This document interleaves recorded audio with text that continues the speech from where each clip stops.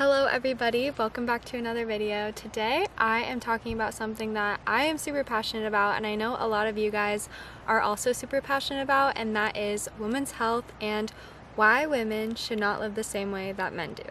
So I know that this can be a very nuanced topic, but I'm basically going to break down the idea of why women should live differently than men do in regard to our biological differences, and then I'm going to finish off the video with talking about how we can live in tune with our cycles. Basically, my opinion is that women only look, feel, and function their best when they're living in tune with their unique bodies, and our society is formulated around a male's physiology. So first things first, men are only dictated by one internal timekeeper while women have two internal timekeepers. And what this means is that men only follow the circadian rhythm, which is the 24-hour cycle that dictates our sleep and wake hours. And this 24-hour cycle also dictates their testosterone cycle throughout the course of the day. While women, we have the circadian rhythm and we are pushed and pulled by that, but we are also pushed and pulled by something known as the infradian rhythm, which is our 28 to 32 day cycle that dictates our moon cycle. This cycle, the infradian rhythm, our menstrual cycle, our ovulatory cycle, it dictates so many facets of our being, from our ovulation to our metabolism to our immunity. It is really controlling so much of our being, and this is because our hormones are fluctuating so drastically over the course of an entire month. So since men's bodies are only dictated by this 24-hour day cycle and women are dictated by both the 24-hour cycle and the monthly cycle, it would make sense that we would function and thrive following different routines. Yet, we live in a society that is fully based around a male's physiology. We are expected to wake up and do the same things and eat the same way and work out the same way day in and day out. And while a man can do this and fully thrive, he can wake up at the same times, he can go to work at the same times, he can work out the same way, eat the same things every single day and function optimally and thrive. A woman, if she does this, will literally crash and burn, and we see this so much in society.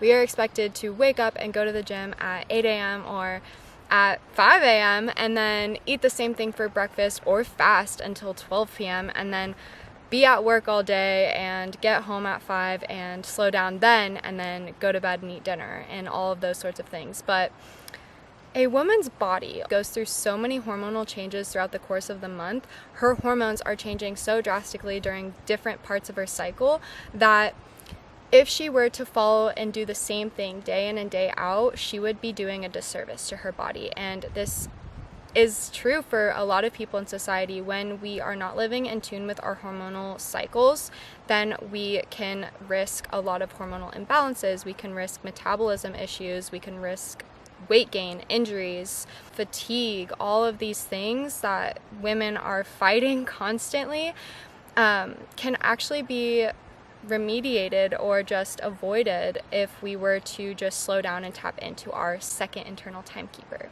There are parts of a woman's cycle when she is more outgoing and more energetic, and this would be a great time for her to be in a workflow state.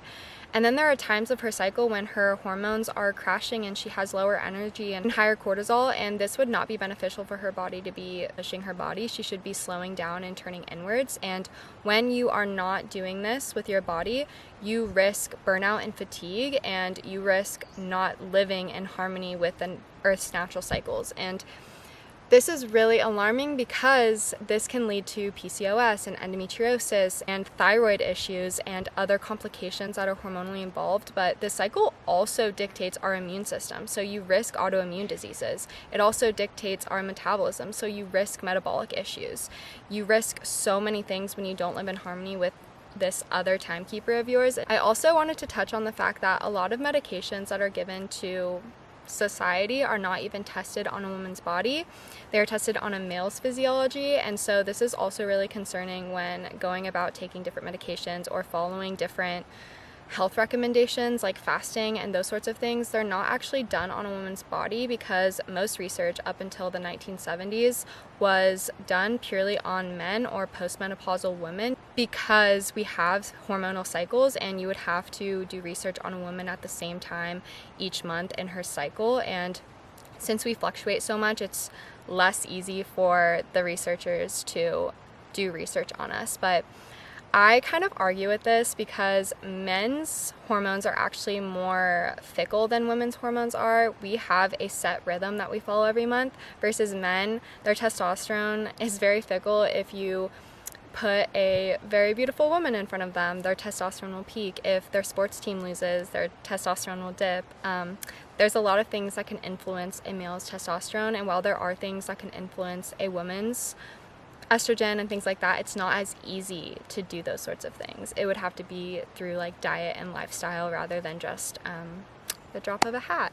And so this is really important to take into consideration when doctors are prescribing things or when you are going about making decisions for your health in a medical manner. We should be asking what the research studies are saying and if they were done on women of reproductive age. So that's just something that I wanted to throw in there. And now for the second half of the video, I wanted to get into all of the different 4 phases that a woman goes through and what happens hormonally and how we can support this nutritionally and herbally and movement-wise.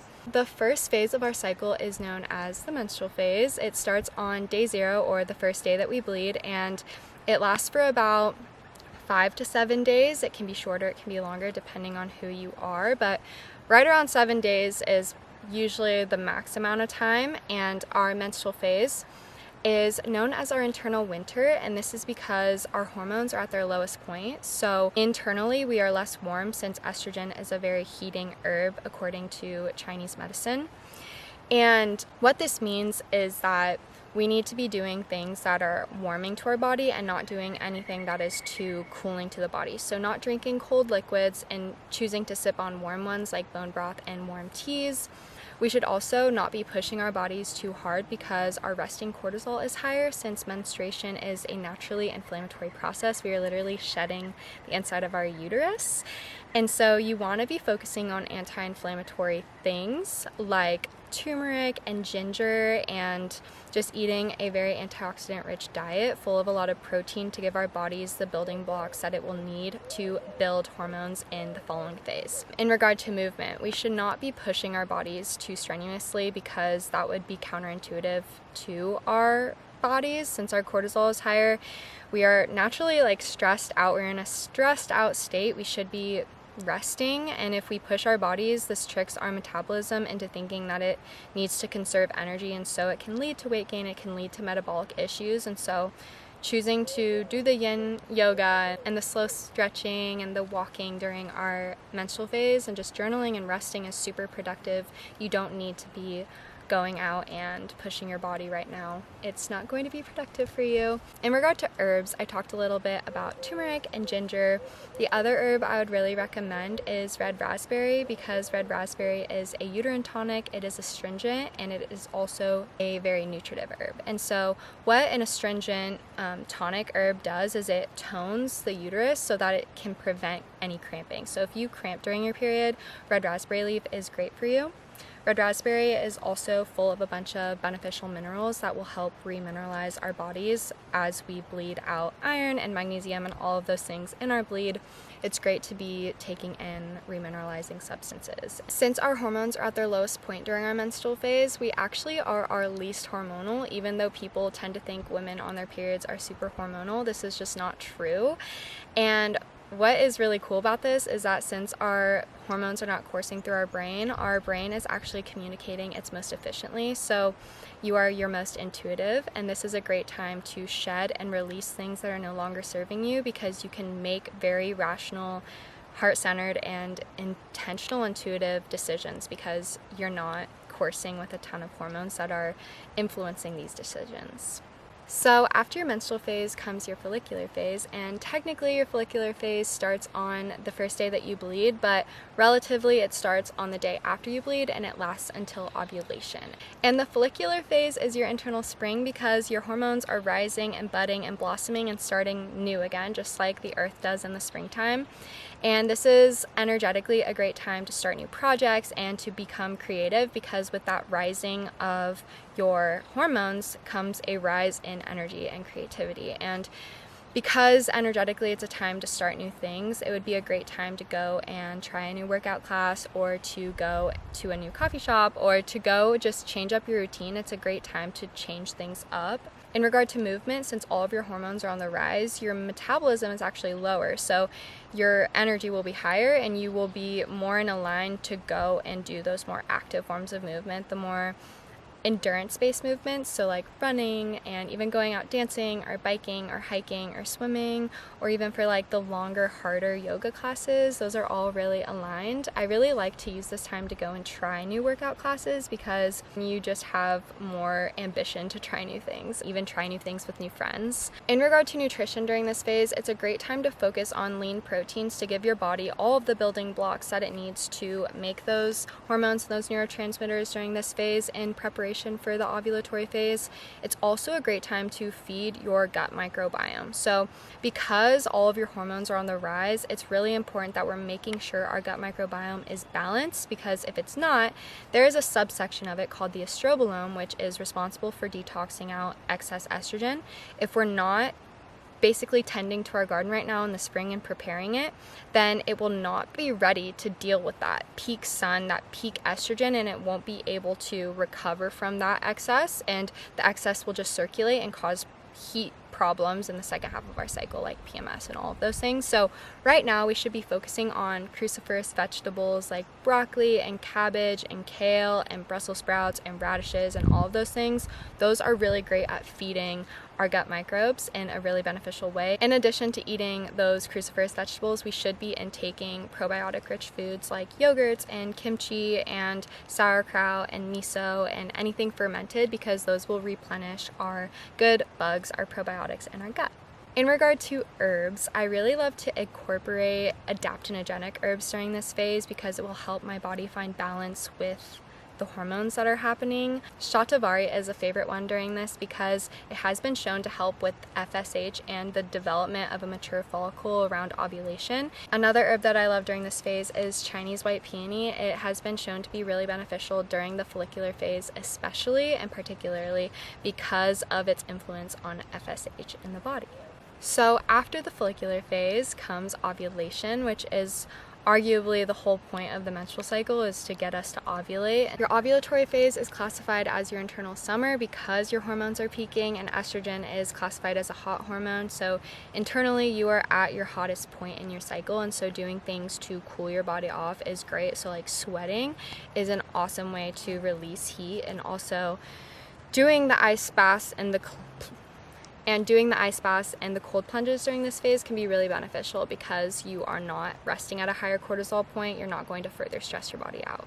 So what happens during the ovulatory phase is that our hormones peak, and this signals the release of a mature egg into our fallopian tubes. And this is basically what the whole point of the menstrual cycle is, and that is to prepare us for potential reproduction.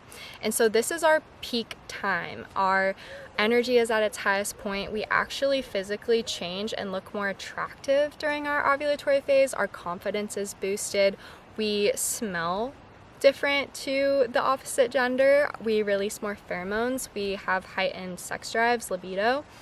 And so this is a great time to go and do things that require that confidence and that boost in energy. So preparing to give a presentation during this time, or going on new dates, which some people say it's better to go on new dates in your menstrual phase because you're not confused and like clouded by the estrogen, but some people choose to go and do those when they're their most confident. It's also a great time to be doing those like harder workouts, like HIIT workouts, or working out super hard and going for like the longer runs, the like harder, more intense hikes. In regard to nutrition, it's still really important to be supporting our gut microbiome with the probiotics and with those fiber-rich foods. I really love to focus on like juicy fruits and things that are high in antioxidants like mangoes and peaches and strawberries and things like that, while also getting in enough protein from like lean protein sources like wild caught fish and pasture-raised chicken and pasture-raised eggs and things like that. In regard to creativity, this is your time to like share ideas and be really proud of everything that you have put into your creative process, and just ask people for their opinions and share your poems and share your artwork and all of those things. It's a great time for that. In regard to herbs, I really love Damiana during my ovulatory phase because it is a natural aphrodisiac, and so it can actually heighten your creative nature as well as heighten your sexual nature, which is really fun and a really fun energy to be in. Another herb I love to start taking in my ovulatory phase, right when ovulation hits, is chaste tree berry or vitex, because it helps our bodies produce progesterone in our next phase, which is our luteal phase. And so our luteal phase is characterized as the second half of our cycle. It starts after ovulation and it leads up to menstruation, and this is when our bodies have the most fluctuations in hormones. After ovulation happens, our hormones fall, and then they begin to rise again, and then they crash once more right before our bleed, which initiates the start of our bleed and destabilizes our uterine lining to get that shedding to happen. And so in our luteal phase, progesterone should be taking the lead here, but sometimes due to an estrogen dominant world or just poor diet and poor lifestyle, estrogen can be dominant here, and that's when you hear the phrase estrogen dominance. And what this means is that you have too high of estrogen relative to progesterone. Either you're not creating enough progesterone or you have too much estrogen in your body. You didn't detoxify it out from your previous phase. And so that's why the probiotics and supporting your liver is all really important during the previous two phases. So the luteal phase is kind of split up into two different parts. The first part, you tend to have more energy and you're more in like project completion mode. This is a great time to just like finish up all the projects, all the creative projects, all the work projects from the first half of our cycle. Make sure everything's situated and getting ready for menstruation. The luteal phase is our internal fall, and so it's time to just slow down and turn inwards and reflect and harvest all of the things that we started in our spring and summer phases. And so nutritionally, it's a great time to be making sure that we're getting in enough food, because our metabolism actually heightens by about 20% during this phase due to all of the fluctuations in hormones. Also, sleep-wise, it's really important that we're making sure we're getting roughly 30 minutes more sleep in the second half of our luteal phase and during menstruation. Because of all those hormonal fluctuations, we actually require 30 minutes more sleep.